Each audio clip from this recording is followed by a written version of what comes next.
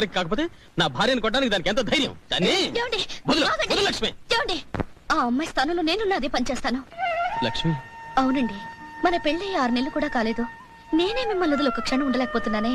అలాంటిది చిన్నప్పటి నుంచి మీతో పెరిగి మీతో తిరిగి మీతోనే బతుకు పంచుకోవాలని ఆశపడ్డ అమ్మాయి మనసు తన స్థానంలో ఊరు పేరు లేని పరాయిదాన్ని నేను వచ్చేసరికి తట్టుకోలేక ఆవేశపడింది.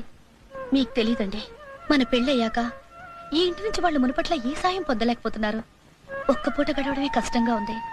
ఊళ్ళో నలుగురు నా వల్లే మీరు వాళ్ళని చూడటం మానేశారని, నేనొచ్చి మీ అక్క తమ్ముడు బంధాన్ని చెడగొట్టి ఆ కుటుంబాన్ని బచారు పాలు చేశానని అనుకుంటున్నారు. అయితే ఇప్పుడు నన్ను ఏం చేయమంటావు? పెళ్లికి ముందు మీరు వాళ్ళని ఎలా చూసేవారో ఇప్పుడు అలాగే చూడండి. ఆ పిల్లని ఎలాగైనా ఒప్పించి ఓ మంచి సంబంధం చూసి పెళ్లి చేయండి. అది మీ బాధ్యత. ఆహా సరే, ఇంకా ఏమేం చేయాలో చెప్పండి. అడిగారు కనుక చెప్తున్నాను. మీ అమ్మగారు ఎక్కడున్నా వెంటనే తీసుకురండి. మా అమ్మని ఇక్కడికి తీసుకొస్తే రాగానే ఆడపుల్ల నీ మీద